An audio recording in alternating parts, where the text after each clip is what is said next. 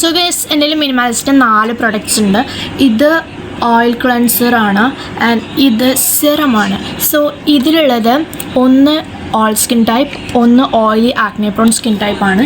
ഇതിലും അങ്ങനെ തന്നെയാണ്. സോ നമുക്ക് ഫേസിൻ്റെ രണ്ട് ഭാഗത്തായിട്ട് നമുക്ക് ട്രൈ ചെയ്ത് നോക്കാം വിച്ച് ഇസ് ബെറ്റർ എന്ന് നമുക്ക് ട്രൈ ചെയ്ത് നോക്കാം. Okay, let's go.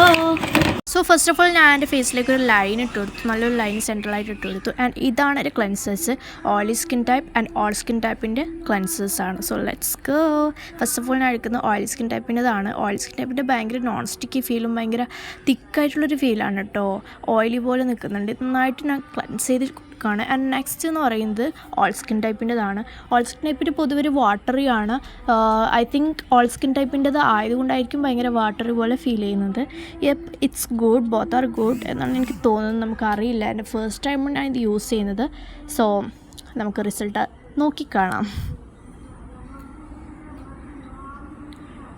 ഗൈസ്, ഞാൻ എൻ്റെ ഫേസ് നന്നായിട്ട് വാഷ് ചെയ്ത് ഞാൻ വീണ്ടും ലൈന് വരച്ചെടുക്കുകയാണ്. കാരണം ആ ലൈന് വരച്ചില്ലെങ്കിൽ നമുക്ക് നേരെ സ്കിന്നിൻ്റെ ഒരു ഇതറിയില്ല, റിസൾട്ട് കാണണ്ടേ.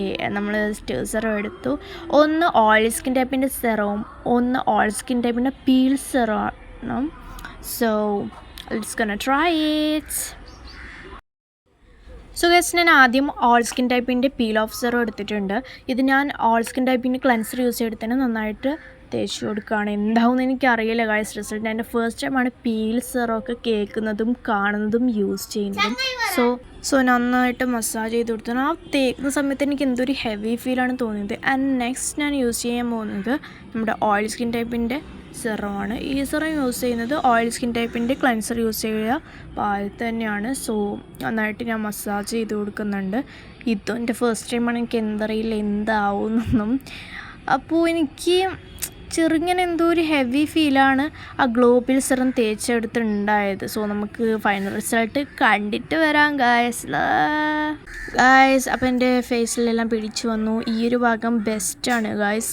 ആൻഡ് ഇപ്പോഴത്തെ ഗോൾഡ് പീൽ ഭയങ്കര ഹോട്ട് ആൻഡ് ഹെവി ആയിട്ടാണ് എനിക്ക് ഫീൽ ചെയ്യുന്നത് guys. It will like so bad you know. And guys,